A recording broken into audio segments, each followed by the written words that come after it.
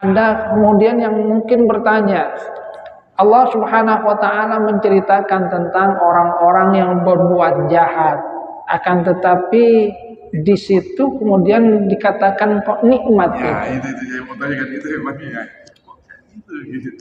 Kenapa dikatakan nikmat? Maka kata para mufassir, di dalam hal ini sesungguhnya Allah Subhanahu wa taala memberikan peringatan kepada manusia. Orang yang berbuat jahat nanti akan dihukum. Sehingga adanya peringatan ini sesungguhnya adalah bagian dari nikmat juga yang diberikan oleh Allah Subhanahu wa taala. Datangnya Rasul, diutusnya Rasul itu kan basyiran wa nadhiran. Rasul itu memberikan kabar gembira tapi juga memberikan peringatan. Kabar gembira bagi siapa yang melakukan perbuatan baik, yang mau beriman kepada Allah, mengikuti apa yang menjadi petunjuk Allah melalui Rasulnya, mereka akan mendapatkan nikmat berupa surga. Tapi siapa yang tidak mau untuk patuh, ingkar, kufur kepada Allah, tetap menyekutukan Allah dengan selainnya, tidak mengikuti apa yang menjadi petunjuk dari Rasulullah SAW, maka ada ancaman bagi mereka. Ancaman di dunia mungkin khizyun, kehinaan di dunia, tapi juga nanti ada kehinaan di akhirat, adab. Maka dalam hal ini diutusnya Rasul itu juga bagian dari nikmat yang diberikan oleh Allah Subhanahu wa taala. Termasuk di dalam ayat ini, ketika Allah Subhanahu wa taala menceritakan kepada manusia tentang orang-orang yang berbuat kejahatan, bahwasanya mereka itu akan dihukum, diambil dari ubun-ubun dan kakinya, itu bagian dari nikmat supaya manusia itu mencegah dirinya dari perbuatan-perbuatan yang dilarang oleh Allah Subhanahu wa taala.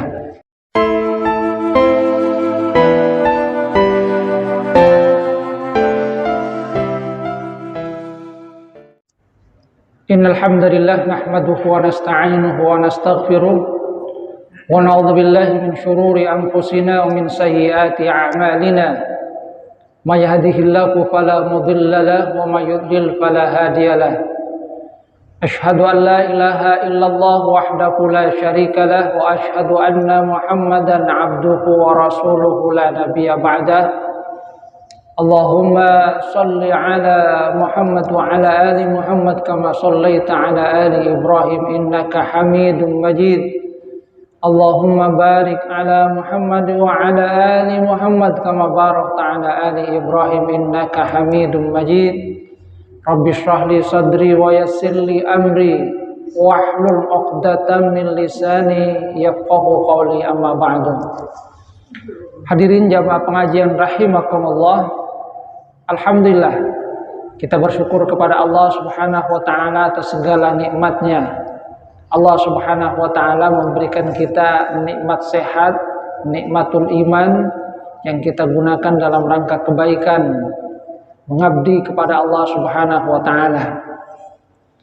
Hadirin jamaah rahimakumullah, setelah Allah Subhanahu wa taala menjelaskan tentang berbagai karunia-Nya, tentang nikmat-nikmat yang diberikan, mulai dari nikmat batiniyah diturunkannya Al-Quran, kemudian nikmat lahiriah, makanan, minuman, dan lain-lainnya, dan bahwasanya Allah Subhanahu wa taala itu menjawab apa yang dibutuhkan oleh manusia.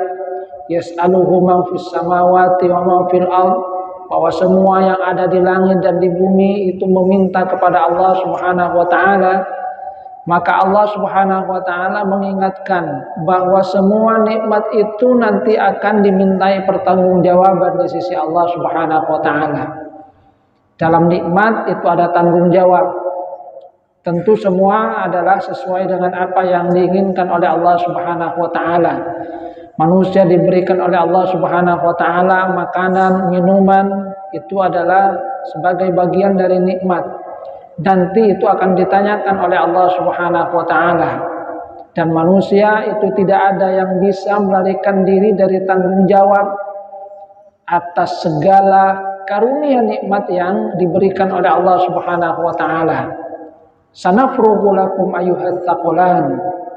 Kata Allah Subhanahu wa taala, Allah itu akan memperhatikan semua apa yang dilakukan oleh manusia ataupun juga jin. Tsaqalan itu berasal dari kata tsaqal, ya artinya berat. Artinya memang manusia itu nanti akan dimintai pertanggungjawaban di sisi Allah Subhanahu wa taala. Tidak ada yang bisa melarikan diri. Maka setelah itu Allah Subhanahu wa taala menceritakan tentang masa di mana manusia dan jin itu akan dimintai pertanggungjawaban. Allah Subhanahu wa taala berfirman, "A'udzubillahi minasyaitonir rajim. Fa idzan syaqqatis samaa'u fakanat wardatan kaddihan." Maka jika langit itu sudah terbelah, langit itu akan menjadi seperti halnya bunga mawar merah yang berkilauan seperti halnya minyak. Jadi di akhir masa ketika terjadi kiamat, langit itu terbelah, maka langit itu tampak seperti halnya bunga mawar merah. Kalau bunga mawar merah yang ada di dunia itu indah untuk kita pegang gitu. Tapi ini menunjukkan tentang satu situasi yang sangat menakutkan. Yang digambarkan di dalam ayat ini kedihan yang berkilauan seperti hanya minyak. Merahnya mungkin itu adalah merah yang menunjukkan tentang kerusakan alam semesta. Alam semesta itu kemudian sudah rusak, maka disitulah manusia nanti akan dimintai pertanggungjawaban. Allah Subhanahu wa taala kembali menanyakan, "Fabi ayyi ala'i rabbikuma tukadziban?" Maka nikmat Tuhanmu yang mana yang hendak kamu dustakan? Fa yauma idzil la yus'alu 'an dzambihi insu wala jan. Maka pada hari itu tidak akan ditanya tentang dosanya, baik manusia ataupun jin. Kenapa tidak ditanya? Kata para mufassir, ini menunjukkan pertama bahwasanya manusia pada waktu itu ketika dia dibangkitkan itu memang sudah kelihatan siapa orang yang baik, siapa yang tidak baik. Di dalam Al-Quran misalnya kita akan mendapatkan wujuhu yawma idzin nadhirah. Pada hari itu ada wajah yang bersinar-sinar. Tapi ada wujuhu yawma idzin 'alaiha ghabarah. Ada wajah yang dia tampak seperti halnya ada debu.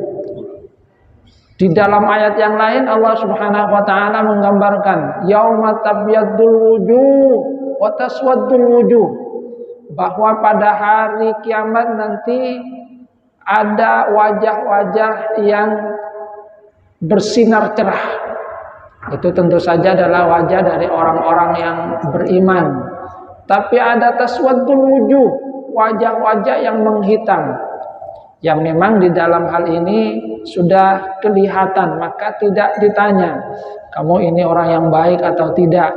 Apalagi kalau tentang umat Nabi Muhammad SAW, Rasulullah itu sudah menyatakan bahwa umatku itu nanti akan kelihatan murran muhajjalin min asaris sujud, termasuk juga dari asarul wudu.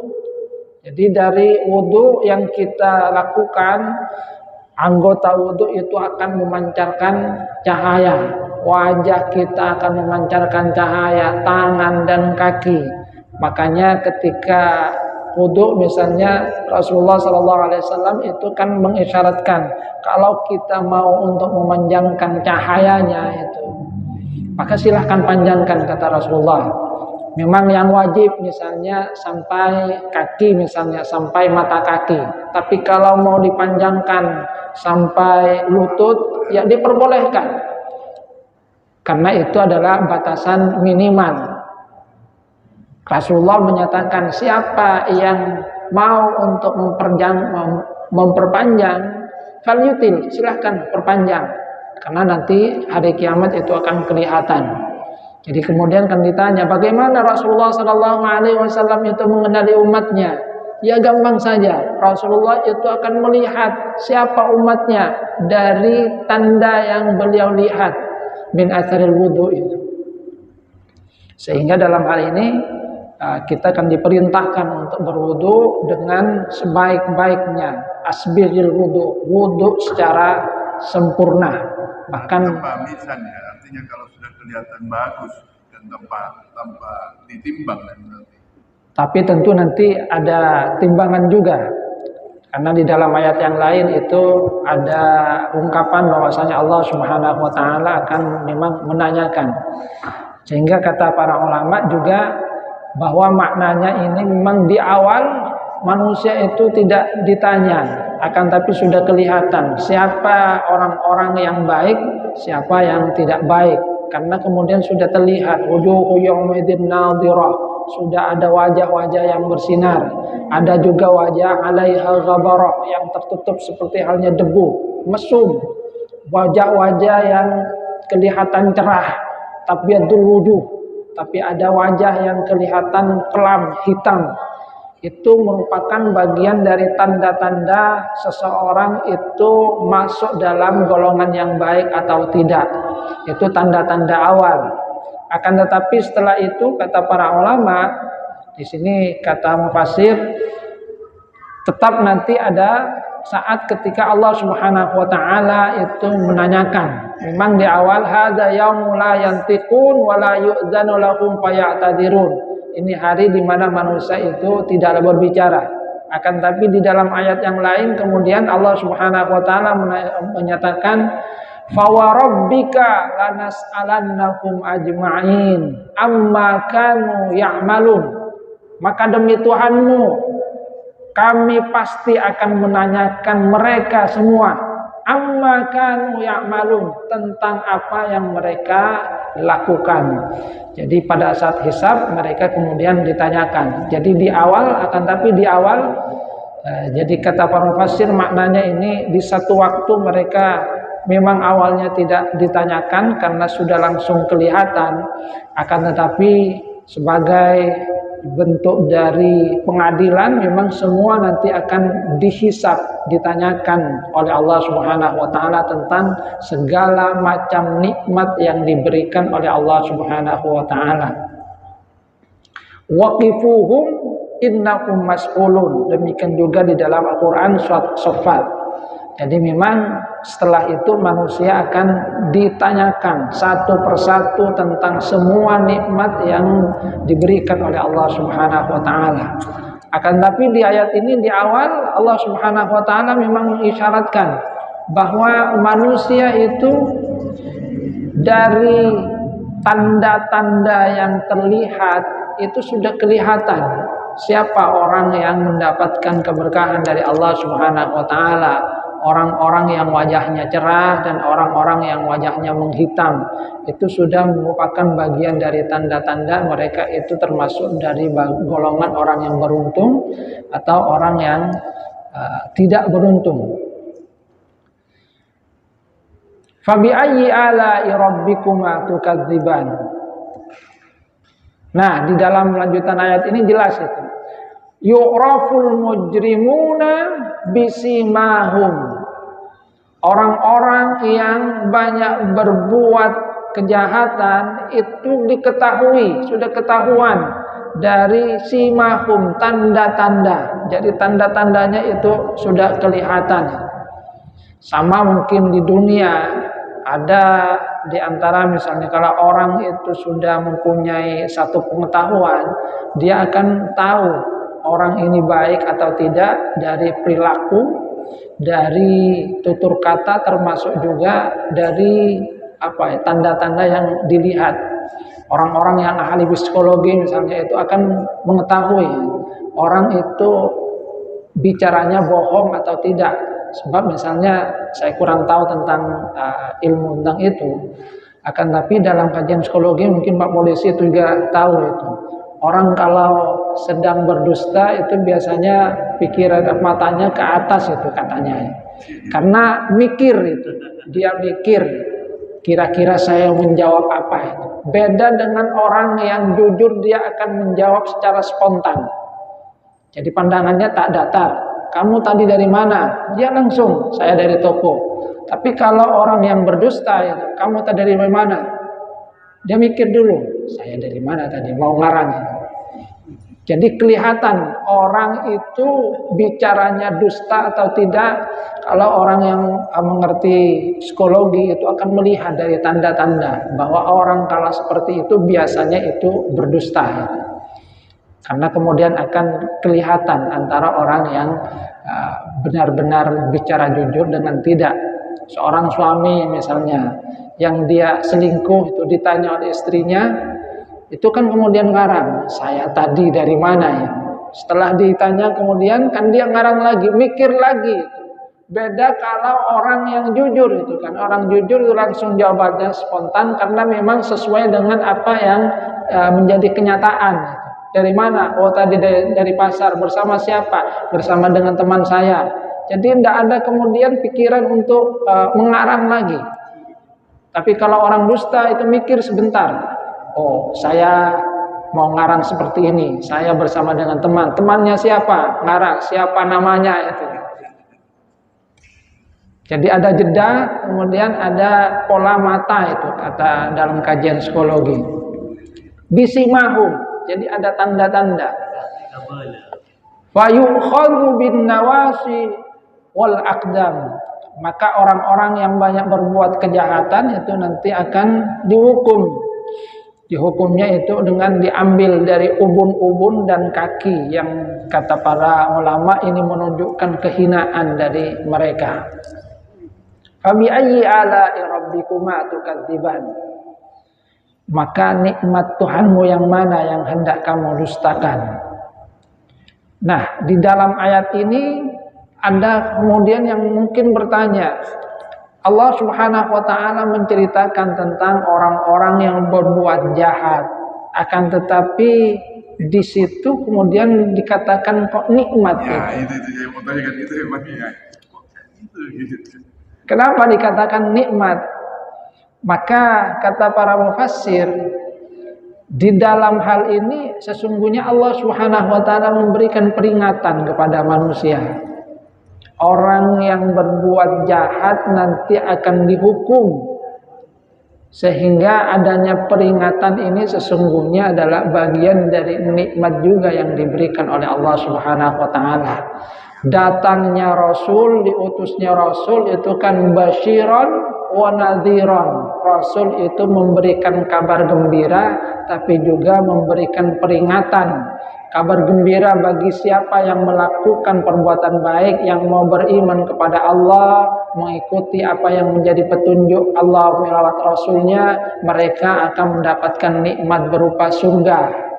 Tapi siapa yang tidak mau untuk patuh, ingkar, kufur kepada Allah, tetap menyekutukan Allah dengan selainnya, tidak mengikuti apa yang menjadi petunjuk dari Rasulullah SAW, maka ada ancaman bagi mereka.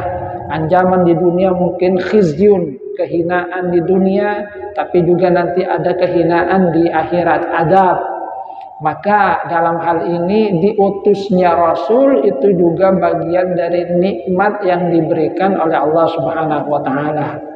Karena nanti kemudian kan juga dikatakan bahwasanya Allah Subhanahu wa taala itu mengutus Rasul salah satunya supaya manusia itu tidak kemudian mempunyai dalih.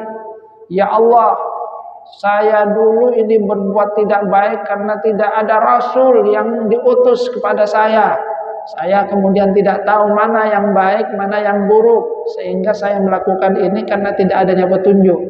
Maka diberikannya petunjuk, diutusnya Rasul itu adalah bagian dari nikmat yang diberikan oleh Allah Subhanahu wa taala. Termasuk di dalam ayat ini, ketika Allah Subhanahu wa taala menceritakan kepada manusia tentang orang-orang yang berbuat kejahatan, bahwasanya mereka itu akan dihukum, diambil dari ubun-ubun dan kakinya, itu bagian dari nikmat supaya manusia itu mencegah dirinya dari perbuatan-perbuatan yang dilarang oleh Allah Subhanahu wa taala. Apalagi masa apa itu Ustaz? Kalau tadi Ustaz, artinya pada saat Rasul sudah diutus tapi belum nyampe gitu. Seperti di Papua di pedalaman itu kan. Itu namanya apa Mas? Ustaz pernah nyampaikan gitu. Masa apa itu? Jadi ada manusia tapi tidak ada petunjuk. fatrah itu masa fatrah. Ada dosa kan itu. Fatrah masa kekosongan dari Rasul. Ya. Itu tidak berdosa ya. Baik. Di Papua Allah itu yang Maha mengetahui tentang siapa mereka. Cuma kalau dalam pandangan orang-orang Mu'tazilah gitu, Allah Subhanahu wa taala itu sudah memberikan kepada manusia akal. Akal itu sesungguhnya merupakan bagian dari karunia Allah Subhanahu wa taala yang kalau digunakan dengan baik itu akan membimbing manusia untuk bisa melangkah ke jalan yang benar. Karena manusia yang menggunakan akalnya dengan baik, makanya di dalam Al-Qur'an kan diajak untuk menggunakan akal itu. Itu akan bisa melihat itu. Ini misalnya patung ini. Ini patung saya yang membuat, kok saya yang menyembahnya itu. Dan ini kadang-kadang tidak disadari.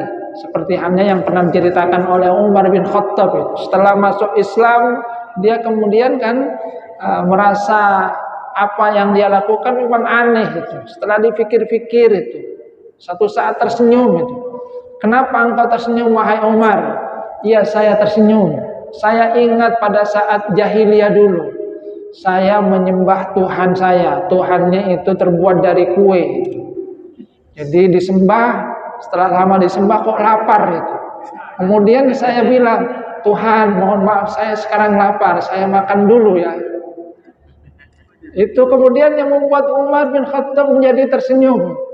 Kok bisa itu? Kenapa saya tidak mempergunakan akal saya? Mana ada Tuhan itu disembah, setelah disembah itu kemudian dimakan itu. Kok ada Tuhan dimakan? Itu yang kemudian membuat Umar bin Khattab menjadi tersenyum. Bodoh sekali saya itu. Karena kalau orang itu mau mempergunakan akalnya dengan baik, dia kan pasti akan berpikir, masa ada Tuhan dimakan itu? Tidak mungkin ada Tuhan dimakan. Karena Tuhan itu, kalau kemudian kita lihat di dalam surat Al-Ikhlas, itu adalah tempat bergantung segala sesuatu. Manusia itu memohon kepadanya. Kalau Tuhannya dimakan kan habis sudah Tuhannya. Terus mau menyembah siapa itu?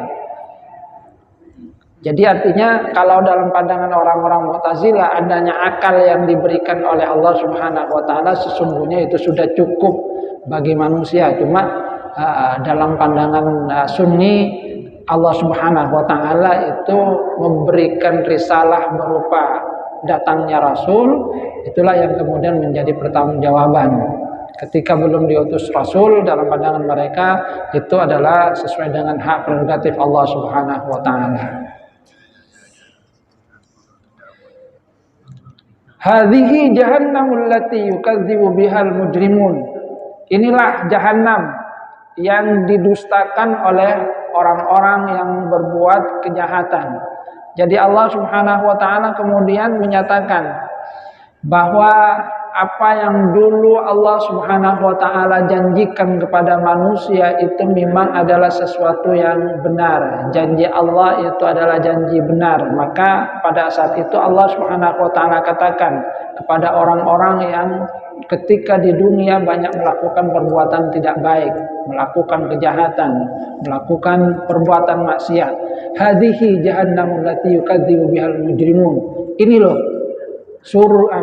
neraka yang dulu banyak didustakan oleh orang-orang yang berbuat kejahatan. Karena seperti yang pernah saya sampaikan, kenapa orang itu tidak mau untuk melakukan kebaikan? Salah satunya adalah tidak adanya keyakinan mereka akan adanya pembalasan dari Allah Subhanahu wa taala. Maka seperti yang pernah saya sampaikan, bahwa dua rukun iman yang sering disebut oleh Allah Subhanahu wa taala di dalam Al-Qur'an, pertama adalah al-imanu billah, iman kepada Allah, dan yang kedua adalah al-iman biyaumil akhir, iman kepada hari akhir dan segala pembalasan yang ada di dalamnya.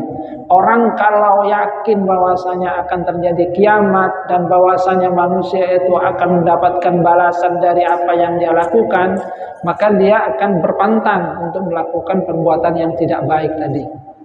Sebaliknya orang yang tidak yakin bahwa akan ada hari akhir, bahwa dunia itu akan berakhir dan nanti ketika berakhir manusia dibangkitkan kembali untuk mempertanggungjawabkan semua yang dia lakukan, maka dia akan tenang-tenang saja dalam hidupnya, bahkan cenderung ya berfoya-foya, berbuat zalim kepada sesama, menganiaya orang lain, mempergunakan karunia dari Allah Subhanahu wa taala untuk memenuhi syahwatnya. Kenapa? Karena tadi mereka tidak meyakini akan adanya pembalasan yang diberikan oleh Allah Subhanahu wa taala. Maka Allah Subhanahu wa taala tegaskan, hadhihi jahannamul lati yukadzibu bihal mujrimun. Ini jahannam yang selama ini didustakan oleh orang-orang yang berbuat kejahatan, orang-orang yang banyak berbuat maksiat pada saat di dunia. Yatufuna bainaha wa baina hamimin an. Di sini Allah Subhanahu wa taala menggambarkan bagaimana mereka itu antara api neraka dan kemudian air yang panas itu. Yang di dalam ayat yang lain kita akan mendapatkan gambaran bahwasanya mereka ya memang diseret dari api yang panas, kemudian diberi minuman dengan air minum yang sangat panas, yang air minum panas itu qatta'a am'a'ahum, itu akan memotong-motong usus mereka. Gambaran tentang hal ini supaya manusia itu tadi takut, dia kemudian akan mencegah dirinya dari perbuatan yang dilarang oleh Allah Subhanahu wa taala.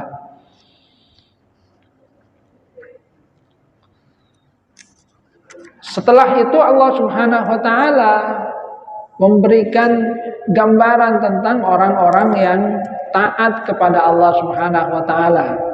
Allah Subhanahu wa taala berfirman, a'udzubillahi minasyaitonir rajim.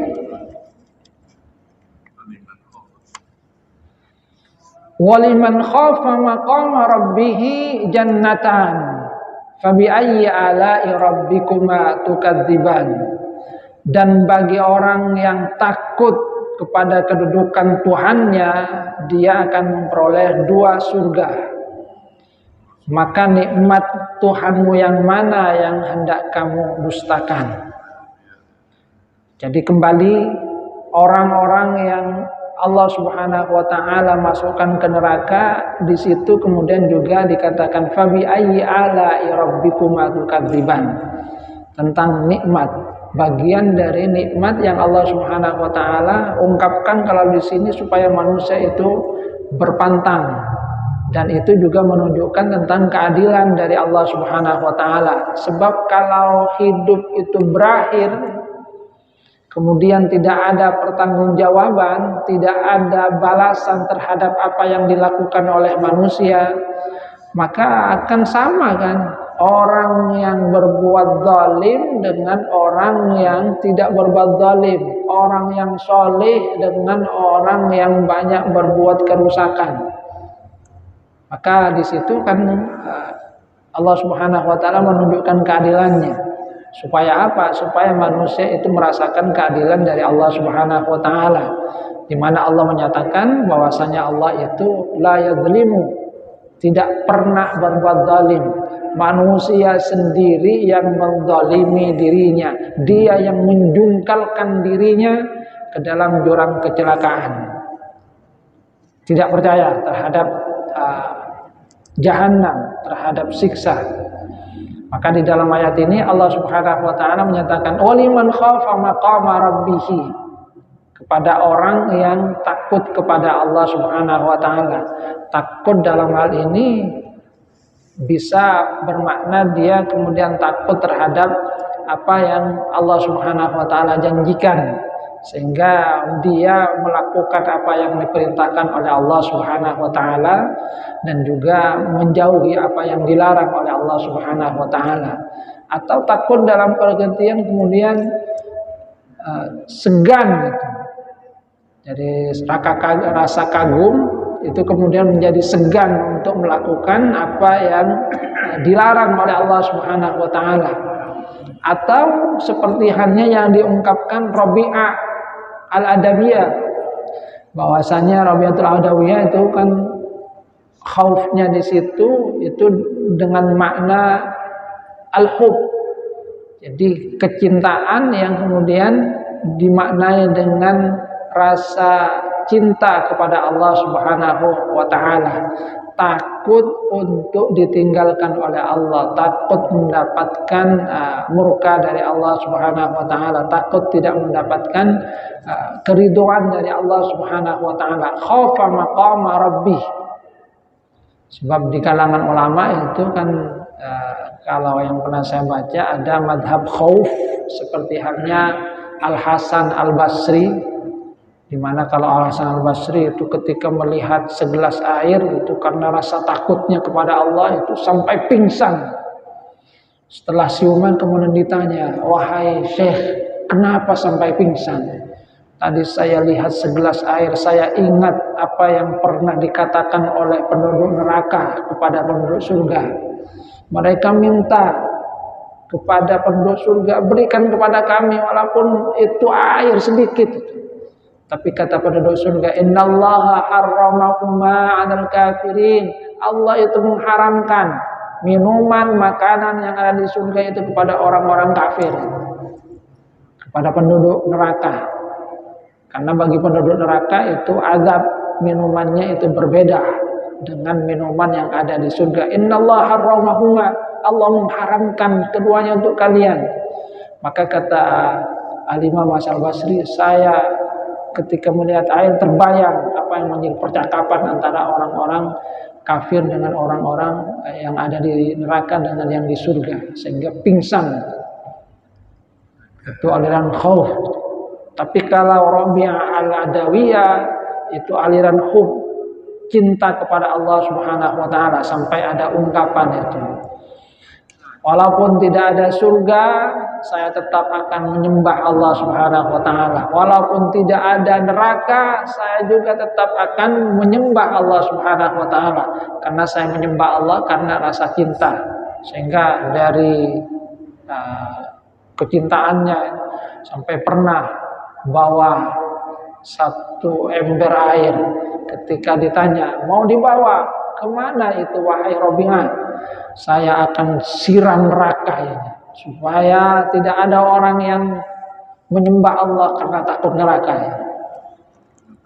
Dan saya akan bakar surga, supaya orang itu menyembah Allah itu bukan karena sekedar ingin masuk surga." Cuma memang kata Imam Al-Ghazali, manusia memang ada tingkatan-tingkatannya itu. Ada yang tingkatannya memang khauf tadi, takut. Dan itu bagian dari keimanan juga.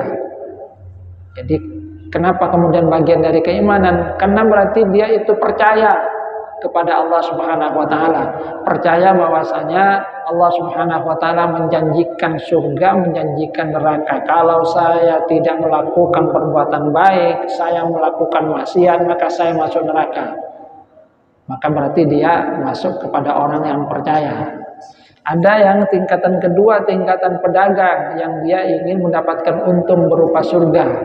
Itu juga bagian dari amal soleh, karena orang itu juga masih percaya kepada Allah Subhanahu wa taala. Percaya bahwasanya Allah Subhanahu wa taala itu akan memberikan balasan berupa surga bagi orang yang melakukan perbuatan baik. Jadi percaya, masih ada keimanan. Walaupun kemudian yang paling tinggi derajatnya adalah yang membebaskan diri dari keduanya, bahwa dia melakukan semua itu dalam rangka untuk mencari ridha Allah Subhanahu wa taala. Adapun urusan surga dan neraka ya dia serahkan itu kepada Allah Subhanahu wa taala, seperti halnya Rasulullah sallallahu alaihi wasallam. Karena kalau Rasulullah itu kan sudah diberikan jaminan ampunan gitu kan. Kalau sudah diberikan jaminan ampunan itu kan berarti dosa-dosanya tidak ada. Tapi Rasulullah itu tetap ibadahnya kepada Allah itu istiqomah, bahkan terus bertambah. Itulah contoh tingkatan amal soleh yang paling tinggi. Termasuk makom itu ya. Orang itu makomnya itu ya. Makom itu.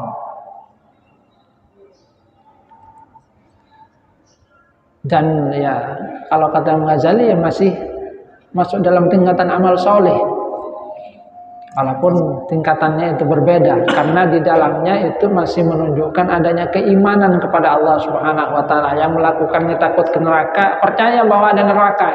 Dia yakin bahwasanya neraka itu hak. Yang melakukannya karena ingin masuk surga berarti percaya kepada adanya surga, percaya kepada apa yang dijanjikan oleh Allah, apa yang disampaikan oleh Rasulullah sallallahu alaihi wasallam. Jadi tetap atas dasar keimanan yang mereka lakukan. Beda dengan orang-orang yang mujrimun tadi kan, yukadzibu bihal mujrimun. Mereka itu mendustakan adanya neraka, mendustakan adanya surga. Tidak percaya akan adanya surga, bahwa orang yang berbuat baik akan masuk surga. Tidak percaya bahwa orang yang berbuat tidak baik itu akan masuk neraka. Maka di akhirat Allah Subhanahu wa taala menyatakan hadhihi jahannamul lati yukadzibu bihal mujrimun. Ini loh neraka yang selama ini didustakan oleh orang-orang yang ketika di dunia melakukan banyak kejahatan. Sudah Isya ya? Belum.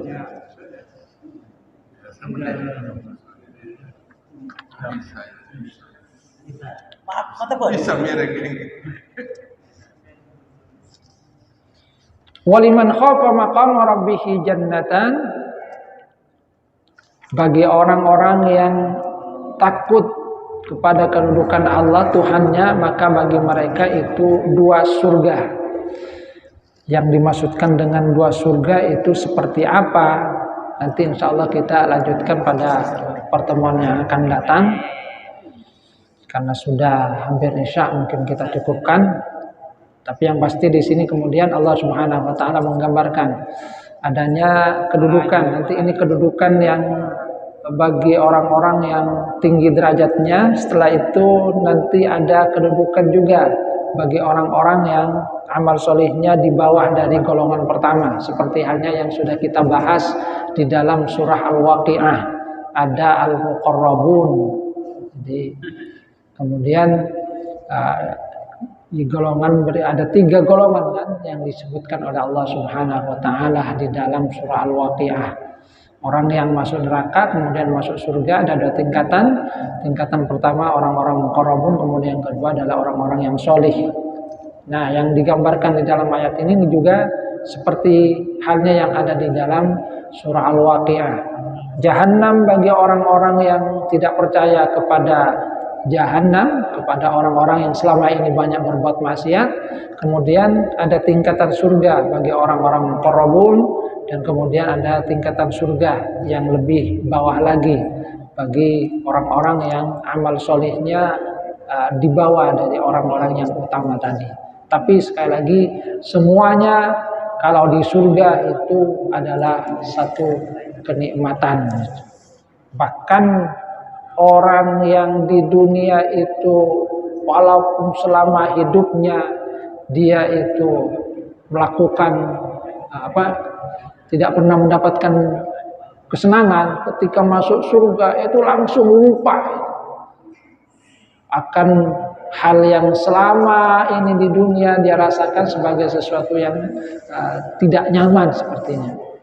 Kemarin ada Ustaz Asy'ari yang baru keluar dari penjara. Alhamdulillah sudah pulang, pembebasan bersyarat.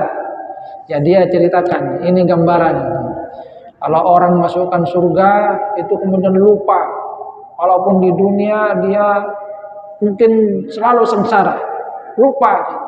Sama seperti saya, ketika sudah ada pengumuman bebas, itu lupa kata dia tentang apa yang selama ini saya rasakan masa di penjara. sudah yang ada itu langsung bahagia. Alhamdulillah, alhamdulillah, alhamdulillah. Lupa apa yang sudah saya pernah rasakan pada saat ada di penjara. Ya. Itulah yang kita katakan gambaran orang yang masuk surga. Lupa apa yang dia mungkin pernah rasakan berupa kesengsaraan di dunia. Mudah-mudahan Allah Subhanahu wa taala memasukkan kita ke dalam rahmat-Nya. Kurang lebihnya mohon maaf. Wabillahi taufiqul hidayah wal hidayah. Assalamualaikum warahmatullahi wabarakatuh.